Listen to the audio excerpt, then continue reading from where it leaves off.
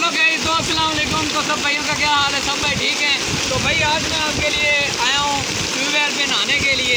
तो चेक करें, ये देसी माहौल, ठंडा माहौल दे मिठे चौल खाए जो ते आई जो।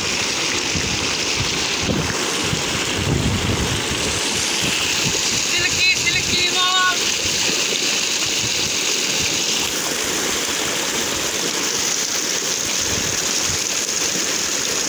सिल्की सिल्की माल।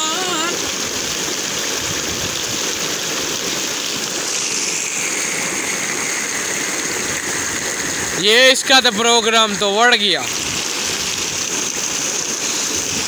चेक करें गाइस, मेरे बाल ठीक हो चुके हैं। पहले बहुत खराब थे, अब ठीक हो चुके हैं। आधे कच्छा दे वाल सही कर ले। तो यार मुनाने ने नाई लपटा ही नहीं था। चला तेन नाई को लैके चला, वहां में लैके चला, फिशल करवावा तेरा, तेरे तो सदके जावा। कोई नहीं, अब पहले जीते हैं।